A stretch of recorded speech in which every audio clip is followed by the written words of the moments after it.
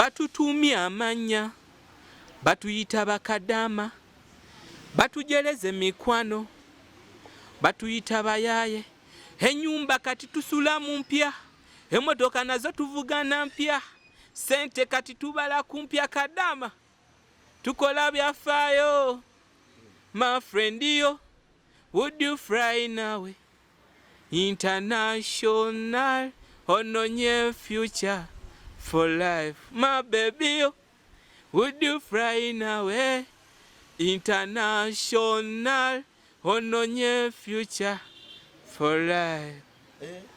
Bakadama tewa gena kwagala luno kwa bakubiddako. Anyway.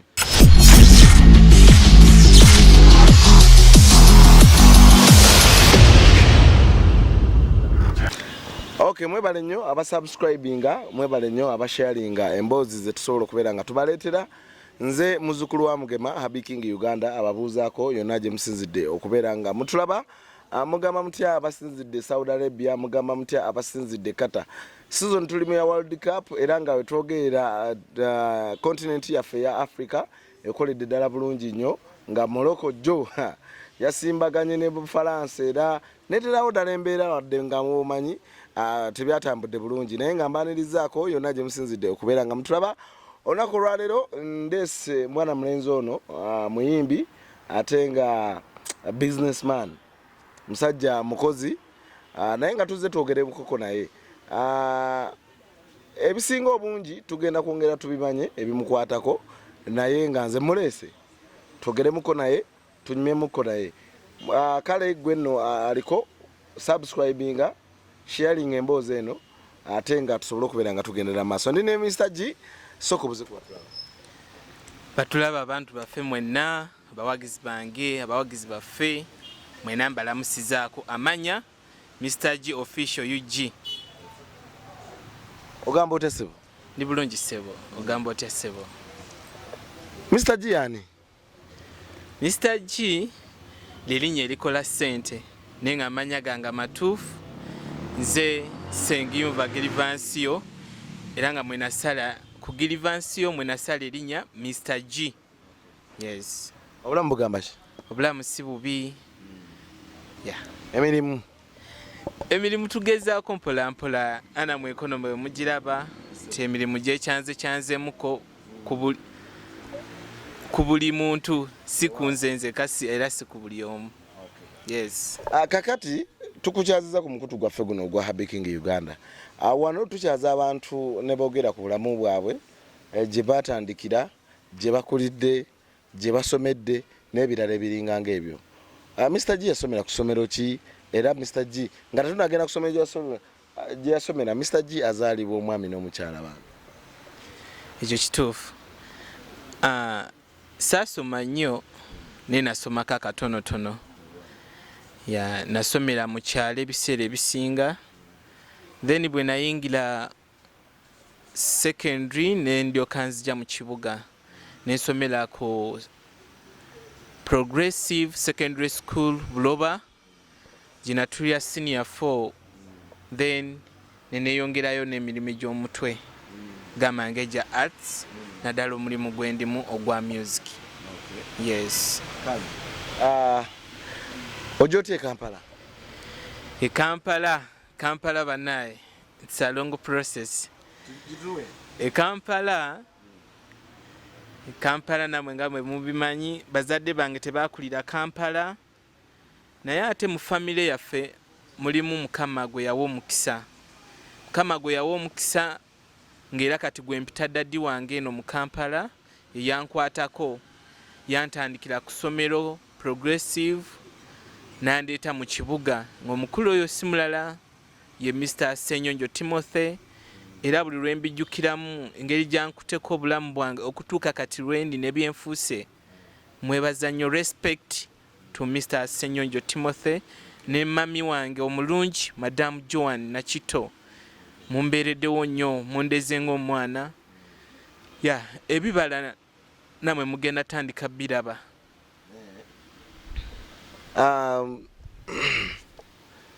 Kakati omuntu ng'akyali mu kyalo eyo ayita mu kusomoozebwa okwenjawulo tiki kwegamba waliwo abantu abajja mu kibuga ate ne balabanga embeera mu kibuga tebeere nyangu ne badda mu kyalo. Mr.G tumusuubira okudda mu kyalo oba Mr.G agenda kukola ng'agendera ddala mu kibuga n'okweyongerayo? Okay, ekyalo sisuubira kudda mu kyalo kyekyamazima kuba amatanda gonna nga simbye. Kuba kati right now ni musajja akulaakulanye mu bintu ebimu, ni musajja azimbye mu kibuga, kati siraba nsonga lwaki nzira mu kyalo. Bakulu banjigiriza bingi era mbikola.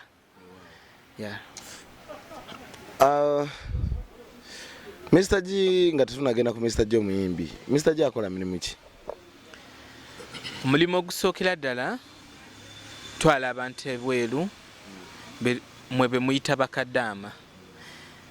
Ntwala nkola ne company gye bayita Cashin Business Consult ng'era nze esangibwa Wakaliga ku Ssekabaka stage ku Kidewa Road Mayor. Era nga nze kola nga mu data entrant ate era nga wa operation ayambako operations kwe kola nga abatambula ewabweru kusaka emirimu okutwala abantu ku airport buli process yonna sebo ngimanyi kuviira ddala omwana lwazze paka lwagenda. Yes. Omwana aba akula ayita mu bintu ebyenjawulo. Mbozi ki enkadde gy'oyinza okubeerako awo n'otunyumiza nga yo nawe buli wogijjukira ekussa enseko? Mbozi gye nyinza okuba nga nzijjukira nga nkyali muto nga tukyasomereyo mu kyalo. Essomero ly'omu kyalo no saalyogedde baliyita Kagaba Primary School. Eyo gye nzaalwa, abaana b'Ebukuya Kasanda Mubende, ndi mwana weeyo, nzaalwa yeeyo. Mu biseera ebyo neesimbawoko. Kubwaki? Neesimbawoko ku bwa head prefect. Kusomere. Oli mukyakumeka? Ali mu P5. Neesimbawoko ku bwa head prefect. Naye nga tulina okukola ki? Okugaba ssente abaana okuwagira. Kati ng'ekyamazima ffe waffe nga tuli bubi nnyo, omwana nandeetako fire nga sirina yadde 11 neŋŋamba kati omanyi, nenkwana emikwano nentandika okuzannya obuzannyo oba wabulabako. Kati nsobola okutula akasubi akalamba nembugata 2 nentekamu kamukonzikonzi amakati mukamu, kati nenzirira ebisubi neŋŋamba nti katono sika kamukonzikonzi ako n'akasika akasubi n'akakutula. Kati nze bwana buzinze 2, kati nze nenkwata buno 2 bwasibye nembujjako nembukasukira mu bino ebiralalala ebikyafu nenkasuka nenzijjayo luno olulambo olusigadde luteredde ng'olwo sente omayizi asasula. Ng'asasula siringi 5 ng'e5 nsooka ngula biscuits awo buswiti. Naye nga bongo abaana ne beeyongera okunjagala pozi n'okubuusa ennyonyi, naye ekyo bangwamu amangu. Nzibuusa ntya ku njala? Teneemu neebuuka n'endala neebuuka ng'abantu babeerawo ne bandaba. Awo najja emikwano ate nempangula n'abali balina ssente. Ekyo siri kyerabira. Olinayo ekirala ky'oyinza obuteerabira? Ekirala ky'oyinza obuteerabira, we nagira mu kibuga nga njiga emmotoka. Nali simanyi mmotoka, sirina pamiti. Emmotoka eyo omukulu n'aŋŋamba vuga. Bwe bakuyimiriza nga wa trafiki lumbanga toyimiriranga, lumbanga bulumba kuba tolina pamiti. Ojje mpaka ku office yitangawo buyisi.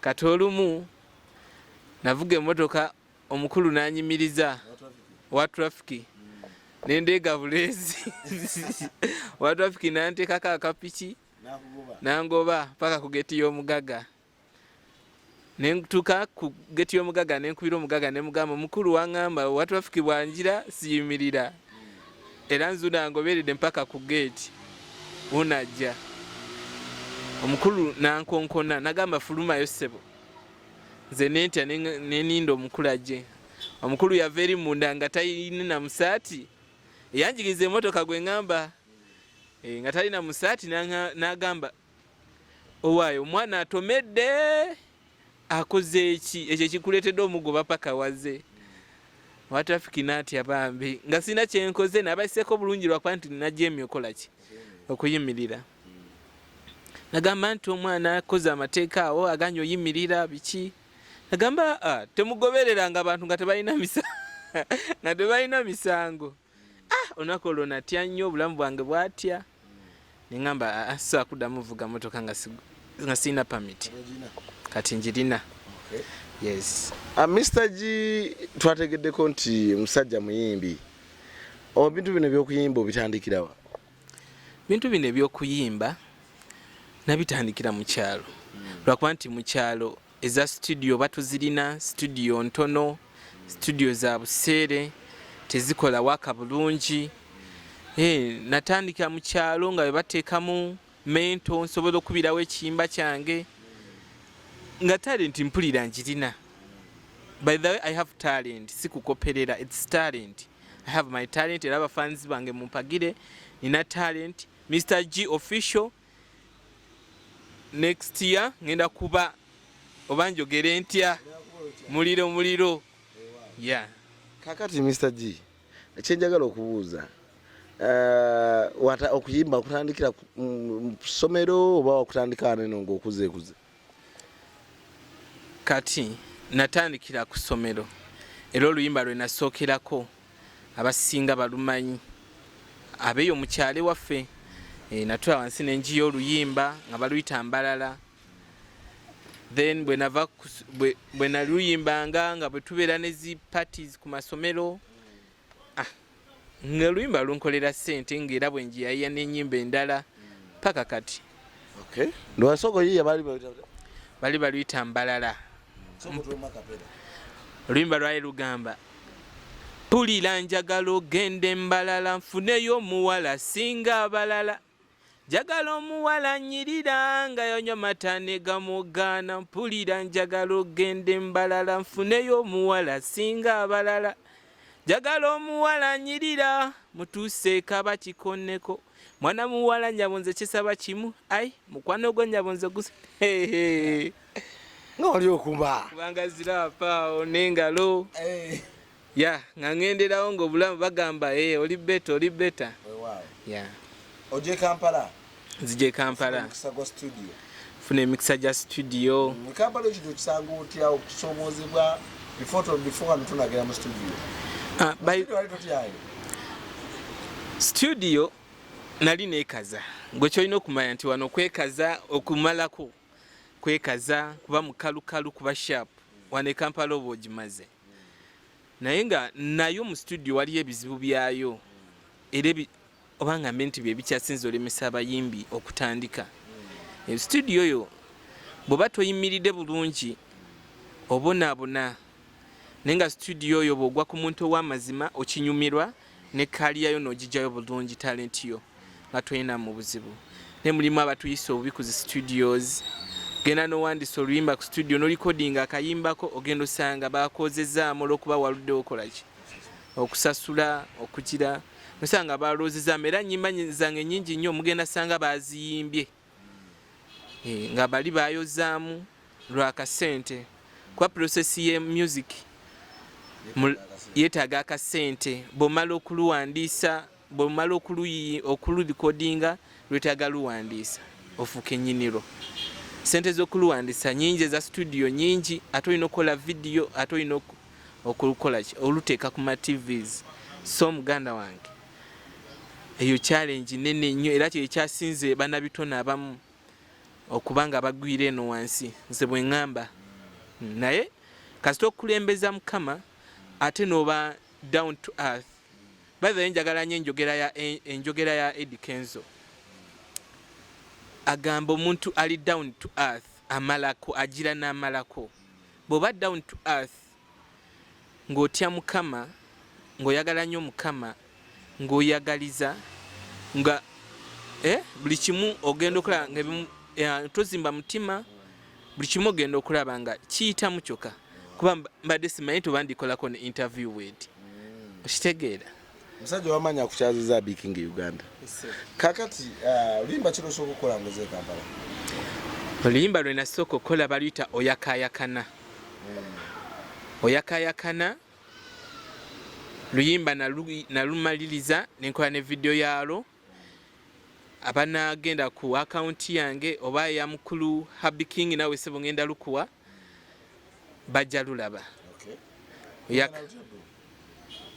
oyakayakano kilazabu atokunyiriro singana ennyange mu bulungi ovuganyazi enjo yegwe mutuufu gwe mbadde nninda gwe nsuuta omutima gwa musiima mulimu kavasi kensinga okwagala oba nkakubiremu kagamba abakwabuzi yadde bakuswamye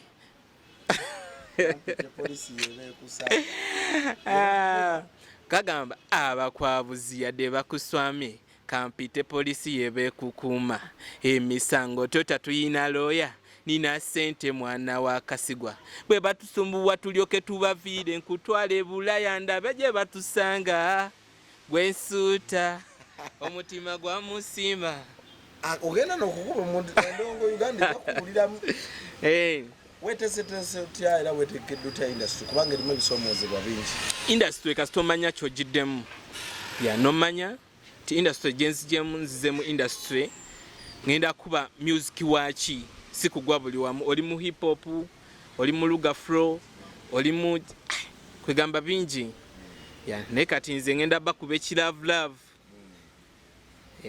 industry nga bw'ogiraba eri tight competition eri waggulu nnyo weetegese otya okwenganga competition eno ogenda kozesa nnyo sente ogenda kukola otya anti kati music ono buli amugjamu aba ayina kyatunuulidde mulimu abamugjamu okola erinnya mulimu abamugjamu okwejjayo mu bunnya bwana bwambaata nga bwejjayo mu bunnya mulimu abamugjamu bingi naye nze music namugjamu ng'alina kyagenda okungatako yes so music ngenda kukolera ddala ekyo ekisinga nga bwe nekwata ne ku Mukama Katonda buli kimu kijja tambula nga kiri beta yes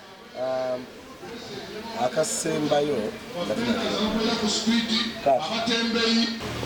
kale nze muzukulu wa Mugema Happy King Uganda anyongero bategeeza nti mwebale nnyo abayikumidde ku mukutu gwaffe ogwa YouTube ate nga gwe mwabatu following ku TikTok namwe mwebale kubeera nga mubeerako mwebale kubeera nga mukikwasaganya mu ngeri ey'omutawaana ng'eyo abali ku TikTok mwebale kubeera nga mukikuba mwebale kubeera nga mubeerako tukyagenda maaso ndina omusajja ow'amaanyi amanyikiddwa nga Mr.G okuva ku wano ku Cashin Business Consult ewa Kaliga era nga manager we yatadde mu ka interview kano sente okulaba nga kakola ki katambulira ddala naye nyongero bajukiza nti mwaba subscribinga kyemukola kyakabi nnyo era mwongere okusubscribinga Mr.G ono yatugambye atwala abantu ebweru so omuntu ayandibadde ayagala okugenda ebweru alina kukola atya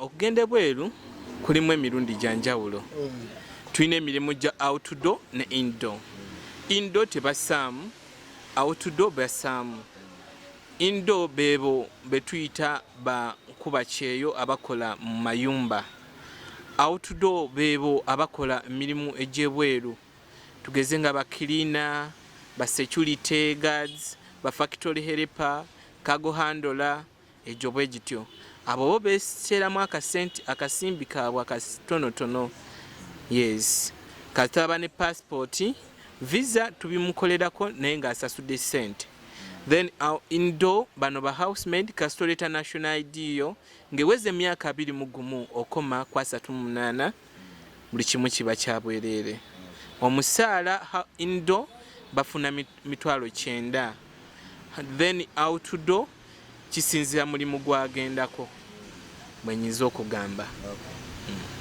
Abawagizi bo okusinzira watandika paka olwaliro woli basinga kuva mu nsi ki? Era abasinga mu mirimu gino gye tukola mwe be basinga tebali Uganda, bali outside the country, then be basinga, then ne tulyoka tuddako n'abali wano e Uganda. Bakadama bano olinayo akayimba kogenda okubayiriza kubanga be bawagizi babasinga. Bakadama already nabayiyiza already kiri mu ddiiro kyokya.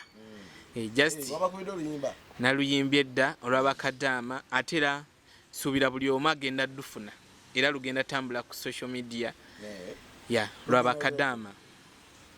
Batutuumye amanya anti kansoke nkugambe lwaki nayimbye oluyimba lw'Abakadama kuba nange nakola ki nakikubako mwana nakikubako era eno leba omuntu ogikolamu nga togendangako bweru simanyi kyoyinza kunyonyola mwana client ng'agenda bweru. Oluyimba lugamba batutuumye amanya batuyita Bakadama batujereze mikwano batuyita bayaye enyumba kati tusulamu mpya emotoka nazo tuvugana mpya sente kati tubala kumpya Kadama tukola byafaayo my friend yo would you fly nawe international ononye future for life my baby yo would you fly nawe international ononye future for life. Bakadama ate bagenda kwagala luno kuba bakubiddaako. Anyway, nga tusibula olina akatalekeka pozi n'abantu ababulijjo nayimbye ennyimba kati nakata ngenda kuta ennyimba 3 yadde olumu naluta olwandaga ngenda kutendala ennyimba 2 waliwo n'olulala oluli mu ddiiro lwabakikeesa bana banyumirwa to enjoy life. Lugamba mbadde ntesa tugendekeyo mu kikeesa weyite byokunywa leeta tucheze dance okukesa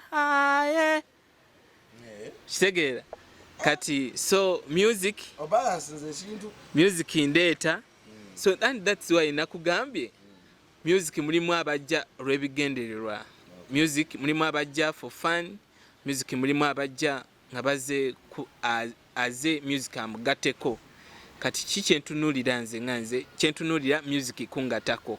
That's why nokola ekintu ekiri mu class ate ekintu ekigenda ovaayo. Yes. Ebigambo bisembayo eri abawagizi bo kugamba ebigambo eri abawagizi bisembayo.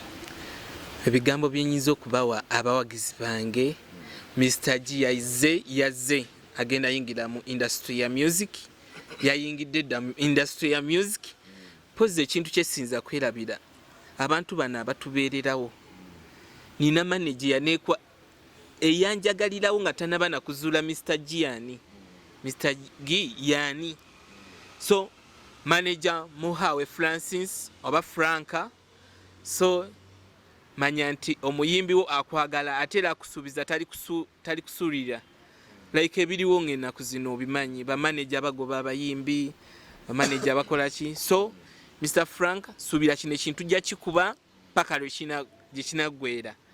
I love you my manager ate era nkweyagaliza era kwagala so abayimbi bange abafaani bange mbagala nnyo ate era namwe munjagale mumpagire kubeera we mutali manya sigenda kubaawo mwabalina okunjirawo omubiri so kyekyo bwenyiza okyogera. Nsiibula abakozi benkola nabo ku mulimu gwa labor recruitment.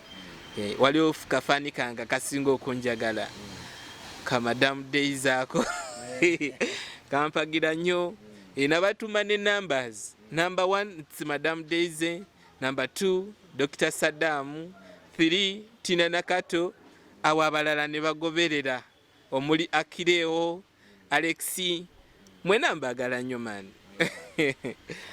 yeah. Kale wentu bengendo okubeera nno nga tuberekereza abadde Mr.G atenga gwe tukyazizaako olunaku olwaleero kukutegeezeza nti atwala abantu ebweru so gwe amwetaaze ayinza mufuna ku namba y'essimu. Namba y'essimu eriki? Namba y'essimu yange nyangu nnyo eri 070 3 emirundi 5 3 up to 5 then osembeyo 25. Weewaawo awo bonfunye bulungi. Ayagala ogenda ebweru kwaba akufunira okwo. Abanfunira okwo. Okay kale. Nange kamberekereze nyongero bajukiza nti mwongere okusubscribinga okusharinga program ene tekeddwa mu Center Vacation Business Consult basangibwa wakaliga Sekabaka Road gwetaze ku nsonga z'ogenda ebweru batukire tojja kwejusa outdoor ne indoor nga Mr.G bwakutegeeza byonna babikwasaganya bulungi nnyo. Mbadde ne mwana mulenzi Isma ku kamera atengeera bwetu tukwasaganyiza subscribinga sharinga tovaako atakumira mpera bankumire mbere bulungi mweraba.